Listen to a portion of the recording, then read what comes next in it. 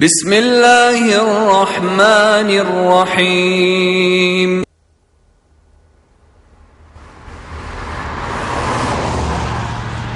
انما التوبة على الله للذين يعملون السوء بجهالة ثم يتوبون من قريب فأولئك يتوب الله عليهم وكان الله عليما حكيما وليست التوبة للذين يعملون السيئات. الحمد لله رب العالمين والصلاة والسلام على أشرف الأنبياء والمرسلين وعلى آله وصحبه ومن تبعهم بإحسان إلى يوم الدين. أما بعد، أعوذ بالله من الشيطان الرجيم. بسم الله الرحمن الرحيم.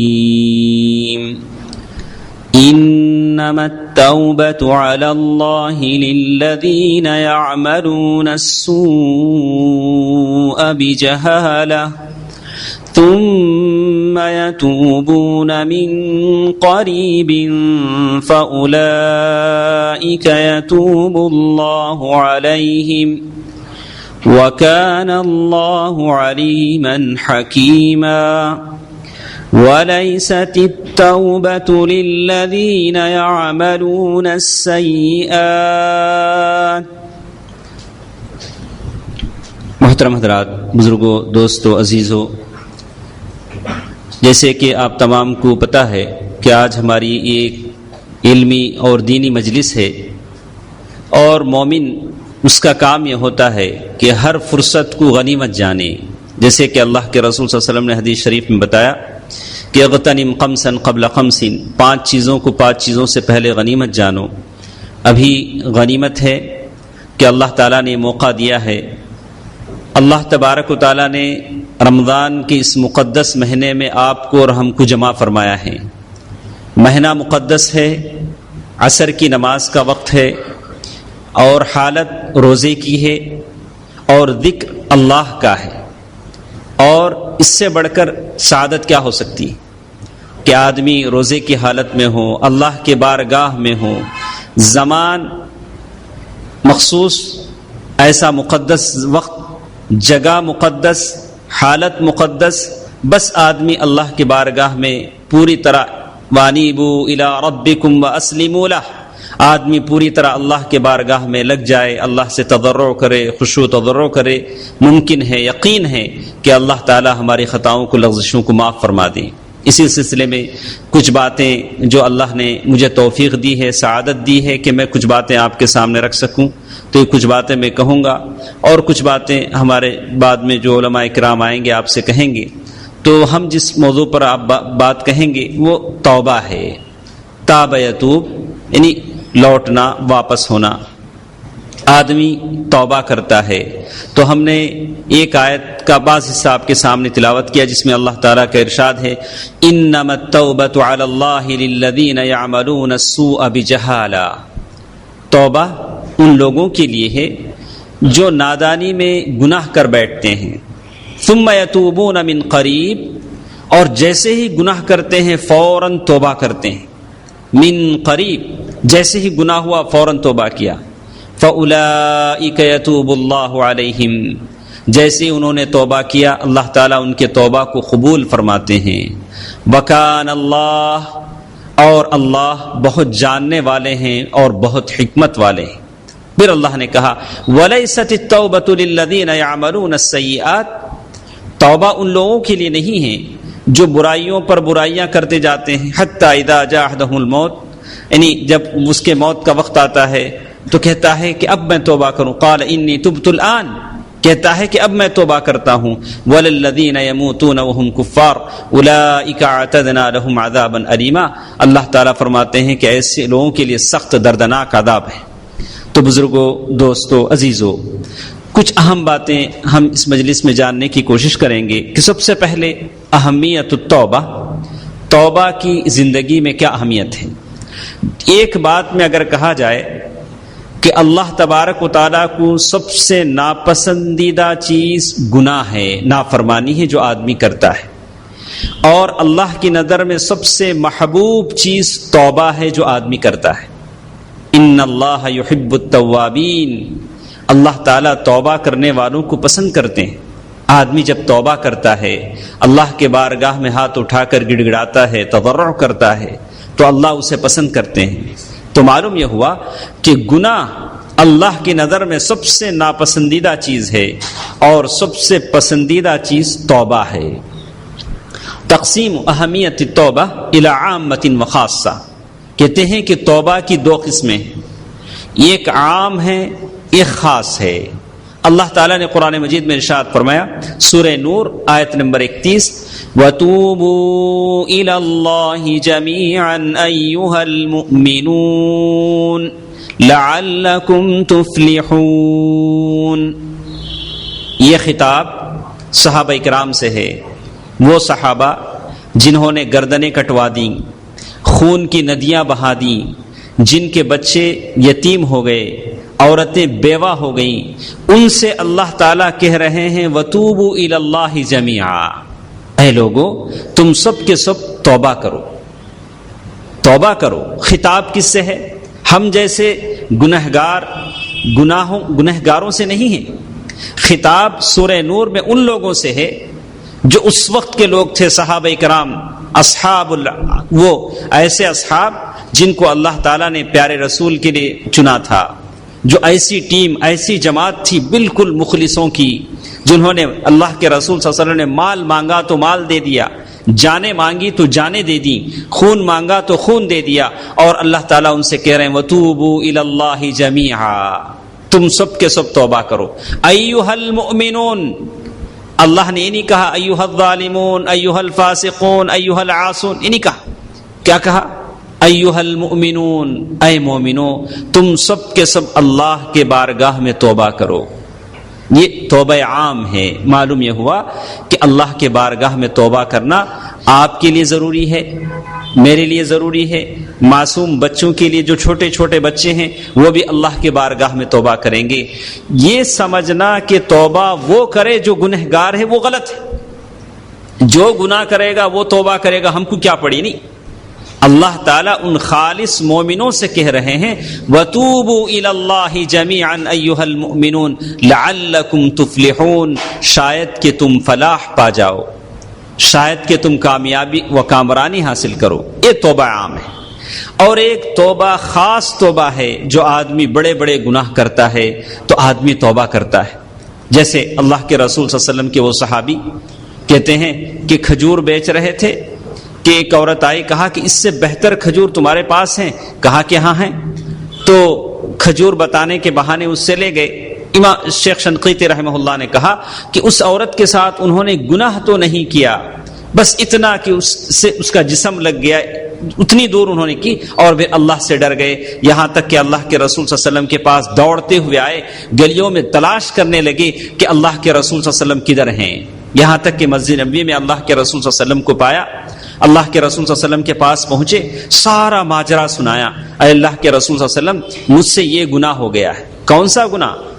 بڑا گناہ کوئی نہیں تھا، بس اتنا تھا کہ جسم سے جسم، اس کی خوبصورتی دیکھی، برداشت نہیں کر سکی، انسان ہونے کے ناطے جسم سے جسم لگ گیا، اور بڑا کوئی ایسا گناہ نہیں کیا جس پر حد قائم ہو۔ اور دوڑتے ہوئے اللہ کے رسول صلی اللہ علیہ وسلم کے پاس آئے، سارا واقعہ بیان کیا، تو اللہ کے رسول صلی اللہ علیہ وسلم نے فرمایا فعلت کیت وکیت وکیت، اللہ کے رسول نے کہا تم نے ایسا کیا، ویسا کیا، ویسا کیا۔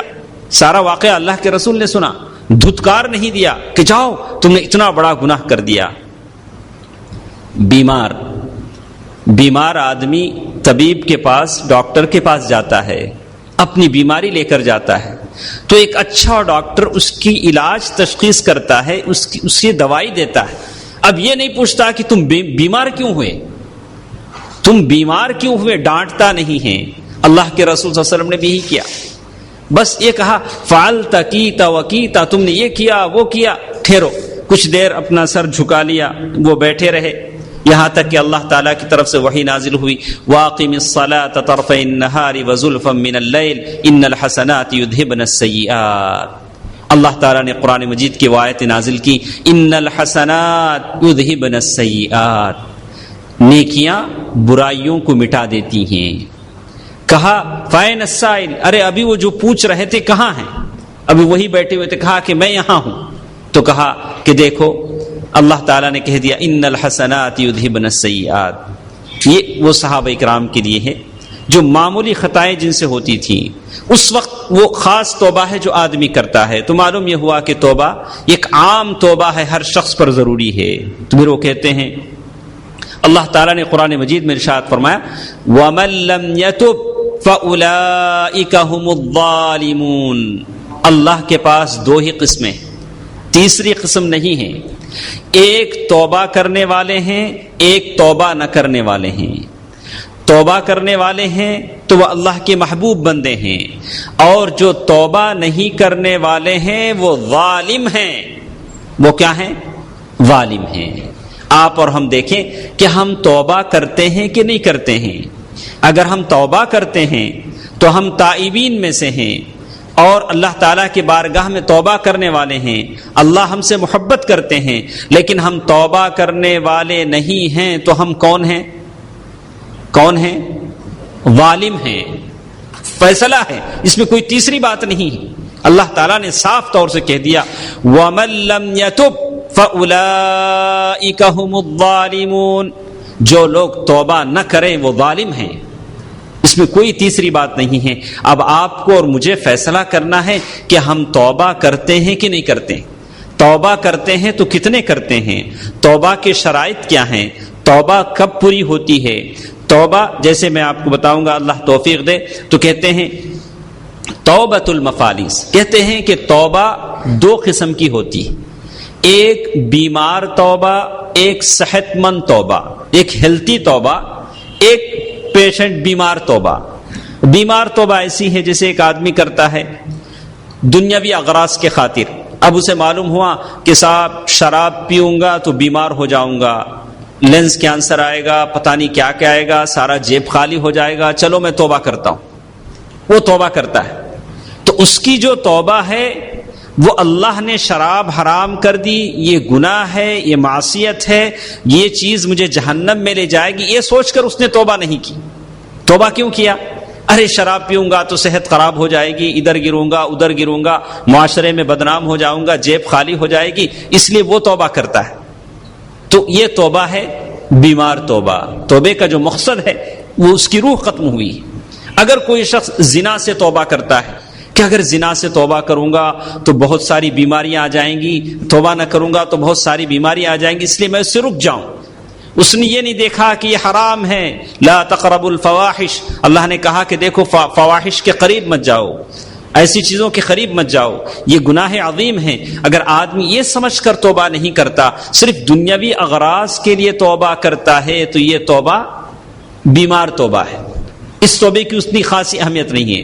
لیکن اگر کوئی شخص صحت مند توبہ کرتا ہے، کسی نے ایک شخص ہے، اسے کسی شخص کو گناہوں کے مواقع میسر نہیں آتے، کوئی شخص تھیٹر جاتا ہے، چلو ہم دیکھتے ہیں، سنیما دیکھتے ہیں، وہاں پہنچ کر معلوم ہوا کہ ٹائم ختم ہو چکا ہے، ڈور کلوز ہو چکا ہے، بعد میں کہتا ہے توبہ توبہ نہیں دیکھنا ہے۔ اگر ٹکٹ مل جاتی تو دیکھ لیتا تھا، چونکہ ٹکٹ نہیں ملی کہتا توبہ توبہ نہیں دیکھنا ہے، پکچر نہیں دیکھنا ہے۔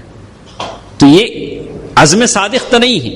اگر وہ توبہ، بہت سارے لوگوں کو، ایک شخص ہے گناہوں کے مواقع میسر نہیں آتے ہیں تو توبہ کرتا ہے۔ آدمی گناہ، بھلے گناہوں کے موقع میسر آئیں، سامنے گناہ دکھ رہا ہو، لیکن اللہ کا عذاب اسے ویسے ڈرائے جیسے سیدنا یوسف علیہ السلام کو ڈرایا تھا۔ سارے گناہ کے موقع ان کے سامنے موجود تھے، لیکن یوسف علیہ السلام نے کیا کہا؟ نہیں، میں اللہ کے بارگاہ میں توبہ کرتا ہوں۔ تو معلوم یہ ہوتا ہے کہ توبہ کی دو قسمیں جیسے بتائی گئی کہ ایک صحت مند توبہ ہے، اس میں کیا ہوتا ہے؟ الالحاء علی اللہ، آدمی اللہ کے بارگاہ میں توبہ کرتا، اللہم انت ربی، یا اللہ تو میرا رب ہے، تو نے مجھے پیدا کیا، تو میرے ظاہر کو جانتا ہے، تو میرے باطن کو جانتا ہے۔ اسی لیے کہتے ہیں کہ آدمی گناہ کرتا ہے تو گناہ کرتے ہی فوراً کیا کرے؟ توبہ کرے. اگر وہ گناہ کرنے کے فوری بعد توبہ نہیں کرتا ہے تو 2 گناہ سے اسے توبہ کرنا پڑے گا. ایک اس گناہ کا توبہ جو اس نے کیا، دوسرا اس تاخیر کا توبہ جو اس نے توبہ کرنے میں تاخیر کی. تو کس نے گناہ ہوئے؟ اس کے 2 گناہ ہوئے. اسی لیے کہتے ہیں کہ آدمی توبہ کرے تو فوراً، اگر اس سے گناہ ہو تو فوراً وہ توبہ کرے، اور پھر اللہ تعالیٰ کے بارگاہ میں تضرع اور اللہ کے بارگاہ میں گڑ گڑائے اور انکساری سے روئے، گڑ گڑائے، اللہ کے بارگاہ میں گڑ گڑائے. اتہام صحت التوبہ. تیسری بات یہ کہ اللہ کے بارگاہ میں توبہ کرے تو اس توبہ کو نامکمل سمجھے، کہے کہ اللہ میں نے گناہ کیا، توبہ بھی کر لی، پتہ نہیں کہ میری توبہ قبول ہوئی کہ نہیں ہوئی، میں نے توبہ کا کما حق یعنی حق پوری طرح سے ادا کیا کہ نہیں ادا کیا. آدمی یہ بھی سوچے. الاقبال علی اللہ بالبکاء علی الذنب. جو گناہ اس سے ہوا ہے اس پر وہ روئے، گڑ گڑائے، اللہ کے بارگاہ میں روئے، کہے کہ اللہ اتنا بڑا گناہ مجھ سے سرزد ہو چکا ہے، اور جو گناہ ہوا ہے اسے بہت بڑا سمجھے. اسی لیے حدیث شریف میں آتا ہے کہ مومن جو گناہ کرتا ہے اس گناہ کو بڑا سمجھتا ہے، جیسے ایک پہاڑ ہے جو اس پر گر جائے گا. کمفترسن، ایک شیر ہے جو اسے ابھی پھاڑ کر کھا لے گا. لیکن جو کافر ہے وہ گناہ کو معمولی مکھی کی طرح سمجھتا ہے، ابھی اس کے ناک پہ بیٹے سے اڑا دے گا، وہ گناہ ختم ہو گیا، اس گناہ کی کوئی حقیقت نہیں ہے. لیکن جو مومن ہے اس سے جو گناہ ہوتا ہے وہ گناہ کو اس پہاڑ کی طرح سمجھتا ہے جو اس پر نازل ہونے والا ہے. تو کہتے ہیں التوبۃ من الخواطر. انسان کے دل میں جو خیالات پیدا ہوتے ہیں، صحابہ کرام رضوان اللہ علیہ مجمعین کے دل میں بھی خیالات پیدا ہوتے تھے. وہ کہتے تھے اللہ کے رسول صلی اللہ علیہ وسلم جب ہم آپ کے ساتھ ہوتے ہیں تو ہماری دلی کیفیت الگ ہوتی ہے، لیکن جب ہم آپ کے پاس سے اٹھ کر جاتے ہیں تو ہمارے دلوں میں ایسے ایسے خیالات پیدا ہوتے ہیں. تو ہم میں سے ہر شخص کے دل میں کچھ خیالات پیدا ہوتے ہیں. یہ خیالات کبھی اچھے ہوتے ہیں، کبھی برے ہوتے ہیں. تو آدمی ان خیالات سے جو برے خیالات ہوتے ہیں اللہ کے بارگاہ میں توبہ کرے. التوبۃ من التعلق بغیر اللہ. کبھی اس سے بھی بڑھ کر اللہ کے علاوہ کسی اور سے آدمی کا تعلق جڑ جاتا ہے. مال سے، اللہ سے زیادہ محبت مال سے پیدا ہو جاتی ہے، اللہ سے زیادہ محبت بیوی سے پیدا ہو جاتی ہے.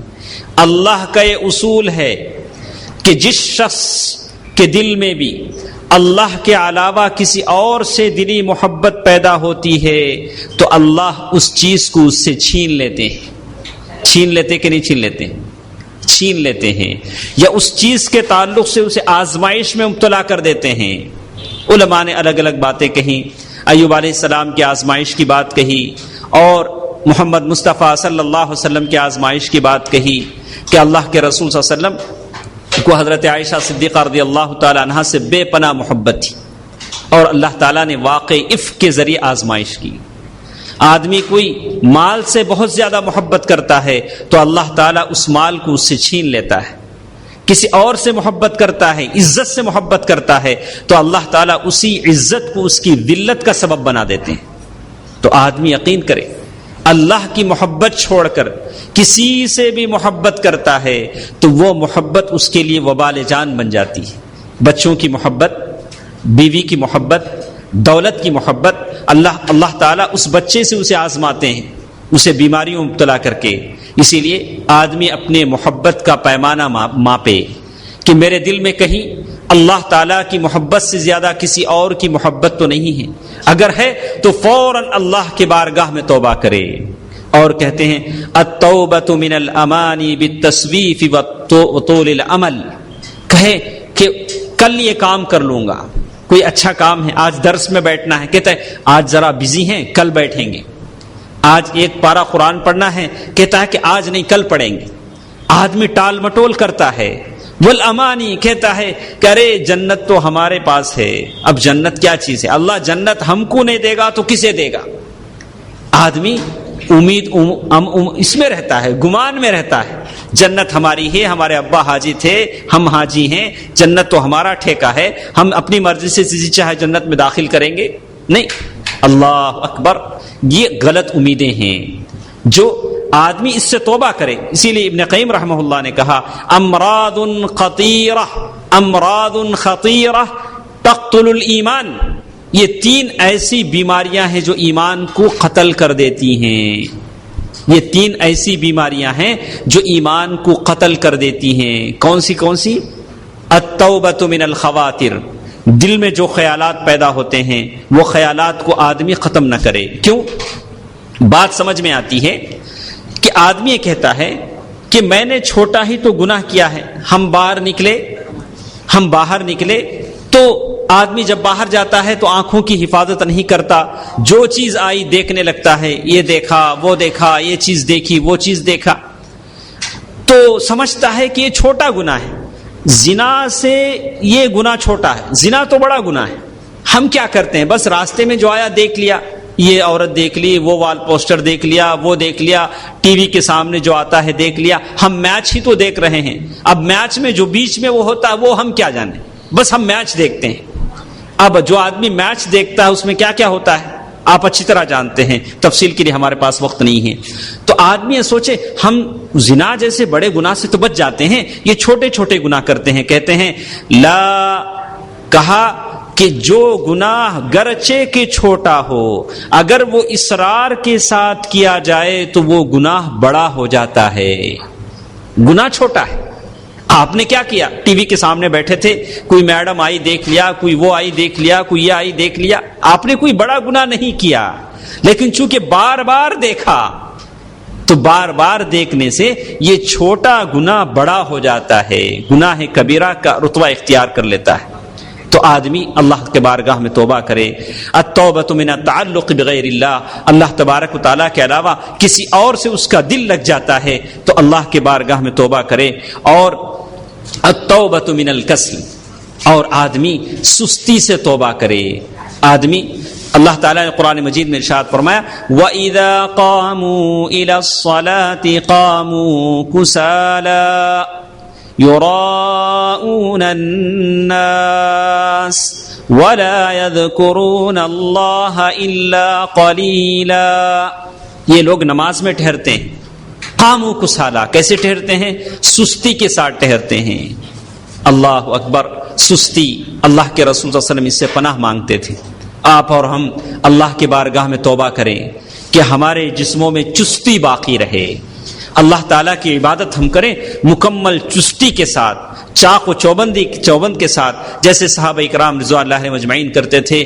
وہ نمازوں میں ٹہرتے تھے تو ایسے لگتا تھا کہ لاٹھیاں زمین میں گاڑ دی گئی، ایک دم ٹھہرے ہوئے ہیں لاٹھیوں کی طرح، مکمل چستی کے ساتھ، نہیں ادھر کھجانا ادھر کھجانا. کہا کہ نہیں، بالکل ٹھہرے ہوئے ہیں اور اللہ کی بارگاہ میں مشغول، یعنی اللہ سے انابت اللہ میں مشغول ہیں. ضعف الیقین فی الوعد والوعید، آدمی اللہ تعالیٰ کے جو وعدے ہیں اس پر، جیسے ایک بات ہے کہ کم بین العلم والعمل، آپ کو پتا ہے ساری چیزیں، آپ کو مجھے پتا ہے. اسی کا معنی علم ہے. علم کا معنی یہ ہے کہ جہنم کا عذاب، اس کی شکلیں، جہنم کے آگ کی سختی، جہنم کے مراتب، جہنم میں کیسے کیسے عذاب ہوگا، ہم میں سے ہر ایک کو پتا ہے، ہمارے بچوں کو بھی پتا ہے.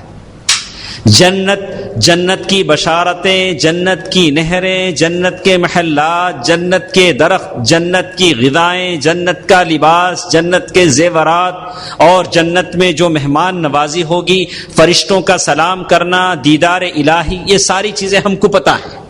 یہ علم ہے، علم ہے، واقفیت ہے، نالج ہے جو اللہ تعالیٰ نے آپ کو جنت اور جہنم کے تعلق سے دی ہے. اب سوال یہ ہوتا ہے کہ اس علم پر عمل کہاں تک ہوتا ہے؟ فَأَيْنَ الْعَمَلُ، عمل کہاں ہے؟ اس علم پر عمل کہاں ہے؟ اگر عمل نہیں ہے تو مطلب کیا ہے؟ مطلب یہ ہے کہ ضعف الیقین فی الوعد والوعید، ہمارا یقین کمزور ہے. باتیں معلوم ہیں، جنت میں جو ہے معلوم ہے، جہنم میں جو ہے معلوم ہے، لیکن عمل اس لیے نہیں ہے کہ ہمارا یقین کمزور ہے. ہمارا یقین کمزور ہے. اگر اچانک یقین کیسے ہو؟ یقین ایسے ہو کہ ہم سارے یہاں بیٹھے ہوئے ہیں، اچانک اللہ نہ کرے اتنا بڑا سانپ وہاں سے نیچے گر جائے، بڑا اژدہا، آپ لوگ ایسے ہی بیٹھے رہیں گے؟ کیا کریں گے؟ افراتفری مچ جائے گی، ہر ایک کو اپنی جان کی پڑے گی، میں سب سے پہلے ادھر بھاگوں گا، آپ ادھر بھاگیں گے، وہ ادھر بھاگیں گے۔ کیوں؟ اس کے خوف سے ہمیں بچنا ہے، اس کے زہر سے بچنا ہے، اس کے زہر سے بچنا ہے۔ یہی حال ہے اگر موتیوں کی یہاں بارش ہو جائے، اللہ کرے اللہ تعالیٰ موتیوں کی بارش فرما دے، تو آپ اور ہم ایسے ہی خشوع خضوع کے ساتھ بیٹھے رہیں گے کہ موتیاں بٹورنے لگیں گے، جس کے ہاتھ میں لگے گا مٹھی بنائے گا، جیب میں ڈالے گا۔ ارے موتیوں کی بارش ایوب نے ڈالا تھا، ہمارے لیے کیا کم ہے؟ سیدنا ایوب علیہ السلام نے سونے کی ٹڈیاں بٹور لی تھی، جمع کر لیا تھا، ہم کیوں جمع نہ کریں؟ یہی حال جنت اور دوزخ کا ہے۔ اس بڑے سانپ سے آپ بچنے کے لیے تگدو کرتے ہیں، تو جہنم سے بچنے کے لیے آپ اور ہم تگدو کیوں نہ کریں؟ چونکہ آپ عیاناً و بیاناً اس سانپ کو دیکھ رہے ہیں، آپ کی آنکھوں کے سامنے وہ سانپ اور اژدہا دکھ رہا ہے، آپ اسے بچنے کے لیے بھاگتے ہیں، تو جہنم کو اپنے آنکھوں کے سامنے ویسے ہی دیکھیں۔ اللہ تعالیٰ نے قرآن مجید میں جب اسلوب بیان کیا تو کہا وَرَأَى الْمُجْرِمُونَ النَّارَ، وَرَأَى الْمُجْرِمُونَ النَّارَ، مجرمین جہنم کو دیکھیں گے۔ کہا کہ دیکھو پیچھے پلٹو، تمہارے پیچھے جہنم ہے، مِن وَرَائِهِ جہنم، کہا کہ دیکھو آپ کے پیچھے جہنم ہے۔ اللہ نے یقین کے ساتھ کہا، تو معلوم یہ ہوا کہ یقین میں کوئی کمزوری نہ ہو، ایسا نہ ہو کہ ہے نہیں پتا۔ عالموں کی باتیں ہیں، کس نے دیکھا؟ کوا کان لے اڑا، کس نے دیکھا؟ ہم نے سنا، انہوں نے کہا، ہم نے دیکھا نہیں۔ یہ منافقت ہے۔ ان المنافقین فی الدرک الاسفل من النار، جو منافق ہیں وہ جہنم کے سب سے تہ خانے میں۔ تو آدمی مکمل یقین کے ساتھ عیاناً و بیانا، یقین وعد پر یقین ہو اور وعید پر بھی یقین ہو۔ وعد جنت کا وعدہ، وعید جہنم کی وعید، یہ دونوں پر یقین ہو۔ جب تک یہ یقین کامل نہ ہو تب تک ہم اللہ تبارک و تعالیٰ کی اطاعت میں پکے نہیں ہو سکتے۔ ہو سکتا ہے کبھی آیا نمازیں پڑھ لی، کبھی طاعتیں کر لی، صدقہ و خیرات کر لیا، لیکن اتنی روح، اتنا جذبہ جیسے وہ صحابہ کرام کو تھا۔ ابو لبابہ الانصاری رضی اللہ عنہ، انہوں نے توبہ کی، معمولی سے غلطی ہوئی توبہ کی۔ کعب ابن مالک جنگ حنین، غالباً جنگ حنین کے موقع پر آپ جانتے ہیں کہ جنگ کا زمانہ، 30,000 فوج تشکیل دی گئی، سارے لوگ سخت دھوپ ہے اور سخت گرمی ہے، سارے کھجور پک کر تیار ہو چکے ہیں، کھجور باغات میں پک چکے ہیں۔ اللہ کا رسول صلی اللہ علیہ وسلم نے نفیر یعنی جنگ کا اعلان کر دیا کہ ساروں کو جنگ پر نکلنا ہے۔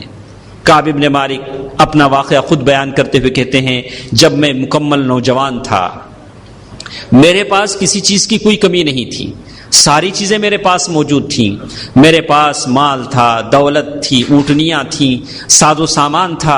اللہ کے رسول صلی اللہ علیہ وسلم نے جنت میں جانے کی بات کہی تو ساری چیزیں، جنگ میں جانے کی بات کہی تو ساری چیزیں میرے پاس موجود تھیں، بس میں پس و پیش میں رہا، تگدو میں رہا کہ ابھی رات میں بازار جاؤں گا، سامان خریدوں گا اور پھر کل جنگ میں نکل جاؤں گا۔ شام میں، صبح میں پتہ یہ ہوا کہ سارے نکل گئے، جنگ میں نکل گئے، اور میں جب بازار میں پہنچا تو دیکھا کہ مدینے میں بس گنے چنے چند لوگ ہیں جو لنگڑے لولے ہیں، جو صحت مند تھے سارے کے سارے کہاں گئے؟ جنگ میں چلے گئے۔ اب میں نے اپنے آپ کو دیکھا تو میں ایک ہی رہ گیا، اور میں اکیلا رہ گیا ہوں جو جنگ میں جانے سے رہ گیا۔ اللہ کے رسول صلی اللہ علیہ وسلم جنگ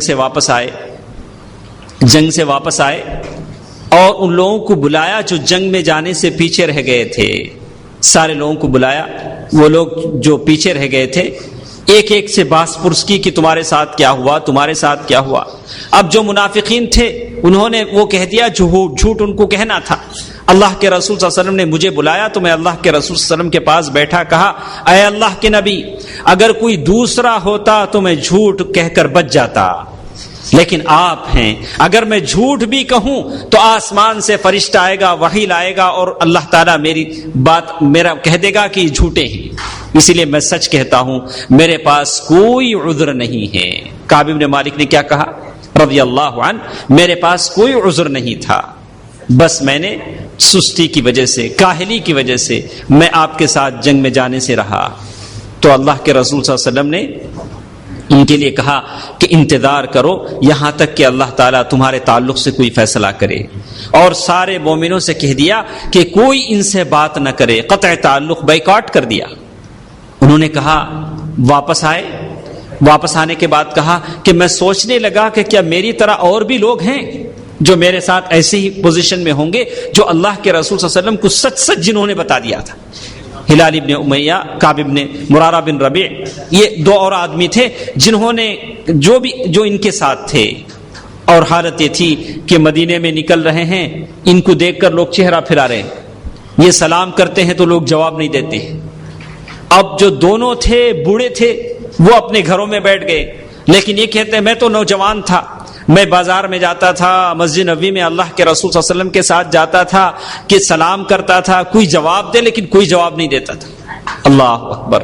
کہتے ہیں یستسرق النظر، کہتے ہیں کہ میں اللہ کے رسول صلی اللہ علیہ وسلم کے بازو نماز پڑھتا تھا، اللہ کے رسول صلی اللہ علیہ وسلم کو سلام کرتا تھا، اور چوری نگاہوں سے دیکھتا تھا کہ میرے سلام کے جواب میں اللہ کے رسول صلی اللہ علیہ وسلم کے ہونٹ ہلتے ہیں کہ نہیں ہلتے ہیں، لیکن اللہ کے رسول صلی اللہ علیہ وسلم جواب نہیں دیتے تھے۔ کہتے ہیں کہ میں دیکھتا تھا کہ میں جب اللہ کے رسول صلی اللہ علیہ وسلم کی طرف دیکھتا تو وہ مجھے نہیں دیکھتے تھے، لیکن میں نہیں دیکھتا تو وہ مجھے دیکھتے تھے صلی اللہ علیہ وسلم۔ لیکن یہ آزمائش تھی، ایک آزمائش تھی۔ اور کچھ دنوں کے بعد میں اپنے گھر میں بیٹھا رہا، اچانک میرے گھر کے دروازے پر دستک ہوئی۔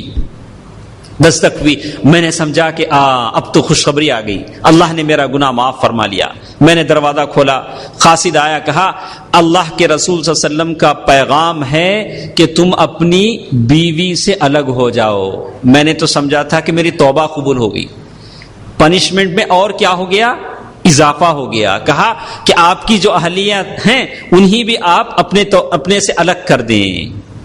تو میں نے اپنے گھر والے سے کہا الحقی بی اہلی، آپ اپنے گھر میں چلے جائیں، اپنے ماں کے گھر چلے جائیں، اللہ کے رسول صلی اللہ علیہ وسلم کا حکم ہے کہ ہم دونوں جدا ہو جائیں۔ تو کہا میں اسے طلاق دے دوں؟ کہا کہ طلاق نہیں ہے، بس یہ کہ تم دونوں دور رہو۔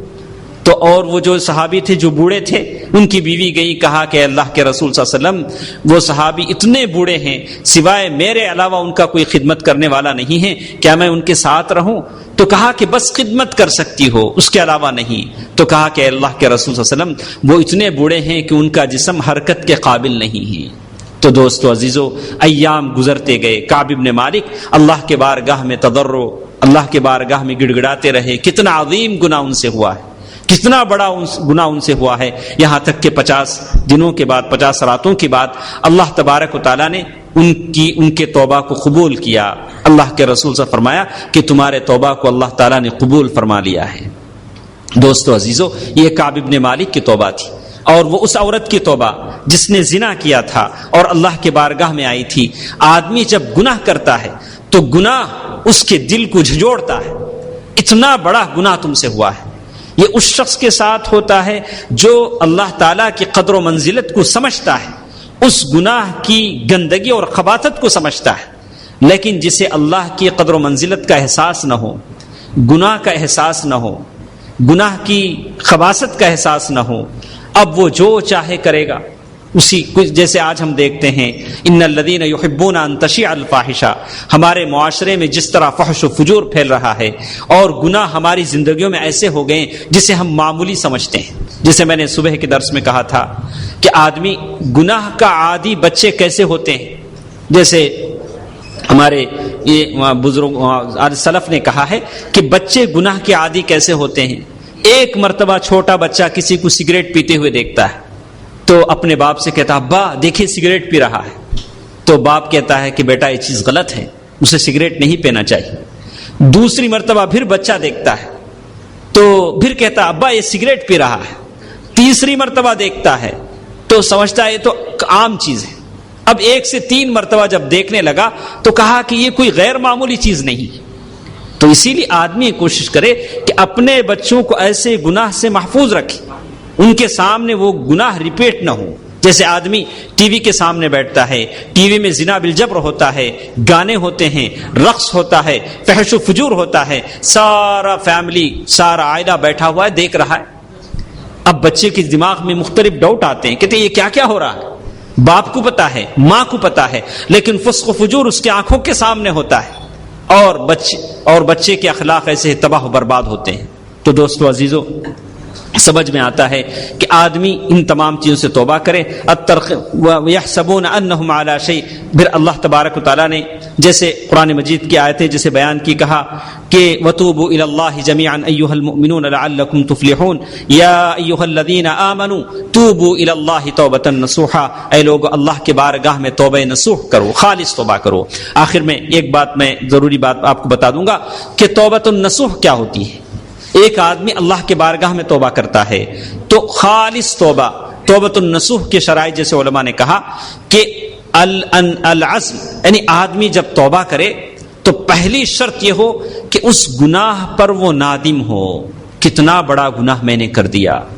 بہت سارے نادان کم علم ایسے ہیں جو گناہ کر کے فخر کرتے ہیں، اپنے دوستوں کو بتاتے ہیں کہ فلاں سے میں نے ایسا کال کیا، فلاں نے مجھے ایسا جواب دیا، فلاں کے ساتھ ہم ادھر اسکرشن پہ گئے، تعلیمی اس پر گیا تو اس کے ساتھ میں نے اس لڑکی کے ساتھ ایسے فوٹو اترے، یہ وہ لڑکی ہے، یہ وہ فرینڈ ہے، ساری تصویریں لوگوں کو دکھاتا. کل امتی معاف الا المجاہر. اللہ کے رسول فرمایا کہ سارے گناہ گاروں کو معاف کیا جائے گا، لیکن جو کھل کر گناہ کرتے ہیں، گناہ کر کے فخر کرتے ہیں، لوگوں کو بتا دیکھو میں نے کتنا بڑا تیر مارا ہے، ایسے اگر کہتے ہیں تو یہ کبھی اللہ تعالیٰ ان کو معاف نہیں کرے گا. یہ گناہ کرتے ہیں، پھر گناہ پر اللہ نے ان کے گناہوں پر پردہ ڈالا تھا اور وہ اس گناہ کو آشکارا کرتے ہیں، لوگوں کے سامنے بیان کرتے ہیں. جیسے علماء نے التوابین میں ابن قدامہ رحمہ اللہ نے بہت ساری باتیں بتائیں اور ان واقعات کا ذکر کیا جس کے صحت سے میں ناواقف ہوں تو میں بیان کرنے سے قاصر ہوں. جیسے اس آدمی کا ذکر کیا، بنی اسرائیل کے اس آدمی کا ذکر کیا جو حضرت موسیٰ علیہ السلام کے پاس آیا تھا. کہا کہ ایک زمانے تک بارش نہیں ہو رہی تھی تو موسیٰ علیہ السلام نے اللہ سے دعا کی کہ اللہ بارش ہو. تو کہا کہ سارے لوگ بیٹھے ہوئے تھے، کہا کہ نہیں، تم میں ایک ایسا آدمی ہے جو 40 سال سے اپنے گناہ پر مصر ہے، توبہ نہیں کر رہا ہے، اس کی وجہ سے بارش نہیں ہوگی. تو موسیٰ علیہ السلام نے کہا کہ سارے لوگوں کو خطاب کر کے کہا کہ وہ آدمی نکل جائے جو 40 سال سے اپنے گناہ پر مصر ہے. تو اس نے جب سنا تو اللہ سے توبہ کی کہ اب سارے لوگوں کے سامنے میں جاؤں گا تو میں تو شرمندہ ہو جاؤں گا، لوگوں کو میرا گناہ معلوم ہو جائے گا. توبہ کی تو اللہ تعالیٰ نے معاف فرما دیا اور فوراً بارش ہونے لگی. التوابین میں ابن قدامہ نے ذکر کیا ہے. اور پھر کہا کہ جب موسیٰ علیہ السلام نے کہا اللہ کوئی آدمی تو باہر نہیں گیا، بارش کیسے ہو گئی؟ تو کہا کہ اس نے توبہ کر لی مجلس میں نے معاف فرما دیا.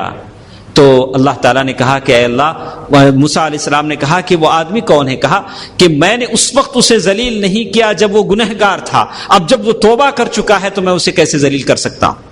تو معلوم یہ ہوتا ہے کہ آدمی توبہ کرے تو اللہ کے بارے میں بارگاہ میں خشوع و خضوع سے توبہ کرے، اور جب توبہ کرے تو اپنے گناہ پر نادم ہو، مجھ سے اتنا بڑا گناہ ہوا ہے، اور گناہ پر فخر نہ کرے جیسے بہت سارے لوگ فخر کرتے ہیں. اللہ تعالیٰ ان کو کبھی معاف نہیں کرے گا. تو اور یہ پہلی شرط یہ ہے کہ آدمی جو گناہ کرتا ہے اس گناہ پر توبہ کرے تو اس گناہ پر نادم ہو، شرمندہ ہو، اور دوبارہ اس گناہ کو نہ کرنے کا عزم کرے. علماء کا اختلاف ہے کہ ایک شخص ایک گناہ سے توبہ کرتا ہے، دوسرا گناہ کرتے جاتا ہے. یعنی ایک گناہ کرنا آسان ہے، شراب پینا آسان ہے، زنا کرنا مشکل ہے، اسے زنا کے اڈوں کا نہیں پتا، زنا کے مواقع اسے میسر نہیں ہیں، تو زنا سے توبہ کر لیتا ہے، اللہ میں اسے بڑے گناہ سے میں بچوں گا. لیکن شراب پینا آسان ہے، جگہ جگہ بار لگے ہوئے ہیں، جاتا ہے پیتا ہے. تو ایسے شخص کا توبے کا معاملہ کیا ہے؟ علماء کے اختلاف ہے. تو لوگوں نے کہا کہ ایسے شخص کی توبہ اللہ تعالیٰ قبول نہیں کریں گے. اسی طرح وہ آدمی جو توبہ کرتا ہے تو توبہ کرنے کے بعد کیا اس نے وہ مقام و مرتبہ پا لیا جو توبہ کرنے سے، گناہ کرنے سے پہلے تھا؟ ابن تیمیہ رحمہ اللہ نے مفصل بحث کی ہے کہ توبہ کرنے کے بعد ایک شخص ایسی توبہ کرتا ہے گناہ سے تو اتنا بڑا مرتبہ بھی اللہ تعالیٰ اسے دیتے ہیں جو توبہ کرنے سے، گناہ کرنے سے پہلے تھا. ابن تیمیہ رحمہ اللہ نے جسے کہا. تو خالص توبہ کی ایک شرط ہم نے کہی کہ آدمی گناہ پر شرمندہ ہو، روئے، گڑ گڑائے، اللہ کے بارگاہ میں تضرع کرے جیسے کعب بن مالک نے کیا، اور پھر اس گناہ کے دوبارہ نہ کرنے پر عزم کر لے کہ دوبارہ اس گناہ کے قریب میں نہیں جاؤں گا۔ ایسا نہیں کہ آج توبہ کر لی، پھر کل ذرا صحت مند ہو گئے، پھر ذرا صحت مل گئی، پھر گناہ کے قریب ہوئے، نہیں، یہ شیطان ملعون کی عادت ہے۔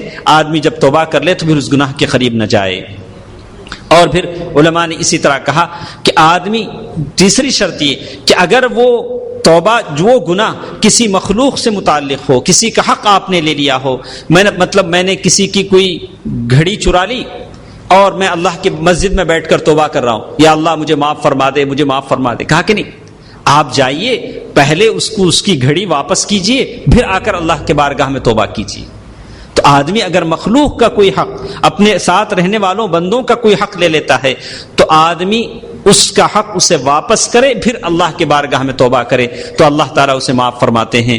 تو عزیزو دوستو، بہت ساری باتیں تھیں جو ہمارے سامنے ہیں، لیکن میں آخر میں یہ کہوں گا کہ توبہ جو بہترین چیز ہے، اللہ تبارک و تعالیٰ نے جیسے کہا قُلْ يَا عِبَادِيَ الَّذِينَ أَسْرَفُوا عَلَىٰ أَنفُسِهِمْ لَا تَقْنَطُوا مِن رَحْمَةِ اللَّهِ، اللہ تبارک و تعالیٰ نے توبہ کرنے کی بات ان لوگوں سے کہی جنہوں نے مومنوں کو زندہ آگ میں جلا دی تھی۔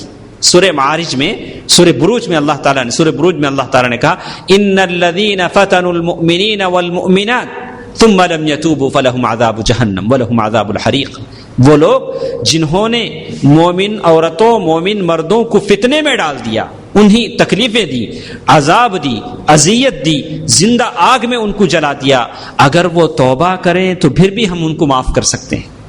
اللہ اکبر، ایک مومن کو آگ میں جلانے سے بڑھ کر کوئی گناہ ہو سکتا ہے؟ کل ایک صاحب نے ہمیں فون کیا، کہا کہ شیخ صاحب مجھ سے بڑے بڑے گناہ ہوئے ہیں، کیا اللہ مجھے معاف فرمائے گا؟ تو آدمی کو یہ آیت پڑھ کر نصیحت حاصل کرنی چاہیے۔ اللہ نے ان لوگوں سے توبہ کرنے کی بات کہی ہے جن لوگوں نے مومنوں کو زندہ آگ میں جلا دی، اگر وہ توبہ کریں تو ہم انہیں معاف کرنے کے لیے تیار ہیں۔ تو ہماری مجلس میں کون ہے جو اتنے بڑے بڑے گناہ کرتے ہو؟ نہیں، ہم سے گناہ ہوتے ہیں، چھوٹے چھوٹے گناہ ہوتے ہیں، لیکن آدمی کوشش کرے اگر یہ گناہوں پر مصر ہے، اصرار ہے، تو یہ گناہ بڑے ہو جاتے ہیں۔ ہم ان چھوٹے چھوٹے گناہوں سے بچنے کی کوشش کریں۔ چنگاری سے آگ بن جاتی ہے، ایک ایک چنگاری اگر جمع کی جائے تو آگ بن جاتی ہے، قطرے قطرے سے سمندر بن جاتا ہے۔ آدمی نہ کہے، اسی لیے کہا گیا کہ تم یہ نہ سوچو کہ میں کتنا چھوٹا گناہ کر رہا ہوں، تم یہ سوچو کہ میں کتنے بڑے رب کی نافرمانی کر رہا ہوں۔ گناہ کی حقارت کی طرف نہ دیکھو، اس بڑے اللہ کی طرف دیکھو۔ آدم علیہ السلام کو اللہ نے جنت سے نکالا تھا تو کس گناہ پر نکالا تھا؟ صرف ایک سجدے پر، ایک غلطی پر، یہ غلطی پر، اور ابلیس ملعون کو نکالا تھا تو ایک سجدے پر۔ بس اللہ تعالیٰ کی پکڑ ہوتی ہے تو معمولی خطاؤں پر بھی ہوتی ہے۔ تو اللہ تبارک و تعالیٰ کہتے ہیں افلا یتوبون الی اللہ ویستغفرونہ، کیا وہ لوگ اللہ کے بارگاہ میں توبہ نہیں کرتے ہیں؟ تو اللہ کے رسول صلی اللہ علیہ وسلم نے فرمایا کہ اللہ تعالیٰ، بندہ جب توبہ کرتا ہے تو اللہ تعالیٰ کو بڑی خوشی ہوتی ہے۔ کتنی خوشی ہوتی ہے؟ کہا کہ اتنی خوشی ہوتی ہے کہ ایک آدمی جا رہا ہے، اونٹ پر جا رہا ہے، 7 مال ہے، توشہ ہے، سارا ہے، اونٹ ہے، گیا مہلک، ایسی جگہ گیا جہاں ڈیزرٹ ہے، صحرا ہے، جہاں جان کا خطرہ ہے۔ سوچا کہ کچھ دیر سو لوں، جب سو کر اٹھا تو اونٹ غائب تھا۔ اونٹ پر کیا کیا تھا؟ اس کا توشہ تھا، کھانا تھا، پانی تھا، ساری چیزیں تھیں، اونٹ غائب ہو گیا۔ اب اسے کتنا دکھ ہوگا، کتنی پریشانی ہوگی، لیکن اچانک دیکھتا ہے کہ اس کا اونٹ اس کے سامنے ہے، اب اسے کتنی خوشی ہوگی۔ تو اللہ کے رسول صلی اللہ علیہ وسلم نے مثال دے کر سمجھایا کہ اتنی ہی خوشی اللہ تعالیٰ کو ہوتی ہے جب بندہ اللہ کے بارگاہ میں توبہ کرتا ہے۔ پھر اللہ کے رسول سے فرمایا ان اللہ یبسط یدہ باللیل، اللہ تعالیٰ دن اور رات جو لاتے ہیں اس لیے لاتے ہیں کہ دن میں جس نے غلطی کی وہ رات میں توبہ کرے، اور رات میں جو گناہ کیا ہے وہ دن میں توبہ کرے۔ اور پھر اللہ کے رسول صلی اللہ علیہ وسلم فرماتے ہیں یا عبادی، اے اللہ کے بندو، تم دن رات میں خطائیں کرتے ہو تو اللہ تعالیٰ کے بارگاہ میں توبہ کرو، جیسے بہت ساری حدیثیں آئی ہیں۔ تو ہم تمام کا کام یہ ہونا چاہیے کہ رمضان کا مہینہ ہے، مبارک مہینہ ہے، کس نے کتنے گناہ کیے ہیں اس کو پتا ہے، اس کے رب کو پتا ہے۔ توبۃ العبد ما لم یغرغر، لیکن توبہ کا جو وقت ہے اس وقت تک ہے جب غرغرہ موت نہ آ جائے۔ اور اسی طرح اللہ تعالیٰ نے سورۃ الانعام میں ذکر کیا ہے کہ ایک ایسا وقت آئے گا کہ جس وقت اس کی توبہ اسے کام نہیں دے گی، اس سے پہلے کہ توبے کا دروازہ بند ہو جائے۔ اللہ تعالیٰ نے توبے کا دروازہ کھلا ہوا ہے، ہم ریان کے چوکھٹ پر کھڑے ہیں، ریان کا چوکھٹ ہے جس پر ہم کھڑے ہیں، یہ مبارک وقت ہے ہم گناہوں سے توبہ کریں۔ لیکن توبہ، گناہوں سے توبہ کرنا یہ عادی توبہ نہیں ہے جیسے ہم روزانہ کرتے ہیں، کہتے ہیں یا اللہ میں غیبت سے توبہ کرتا ہوں، یا اللہ میں جھوٹ سے توبہ کرتا ہوں، یہ جزئی توبہ ہے، پارٹلی، یعنی یہ توبہ نہیں۔ توبہ ہم چاہتے ہیں ساری زندگی کی توبہ، ایک نیا انطلاق۔ ہم توبہ ایسا کریں کہ ایک ٹرننگ پوائنٹ ہو، ایک نیا انطلاق ہو، ایک نئی زندگی لے کر اٹھے۔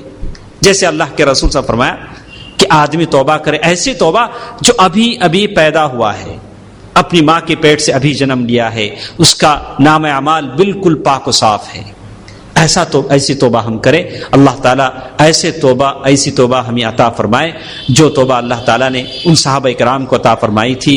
ہم ایسے اب بہت سارے، جیسے اللہ کے رسول صلی اللہ علیہ وسلم کی وہ دعا ہے، اے اللہ اے اللہ میں توبہ کرتا ہوں ایسے بہت سارے گناہوں سے جو میں جانتا ہوں، بہت سارے ایسے گناہ جن کو میں نہیں جانتا، نادانی میں، جہالت میں مجھ سے بہت سارے ایسے گناہ ہوئے ہیں، یا اللہ ان کو بھی تو معاف فرما۔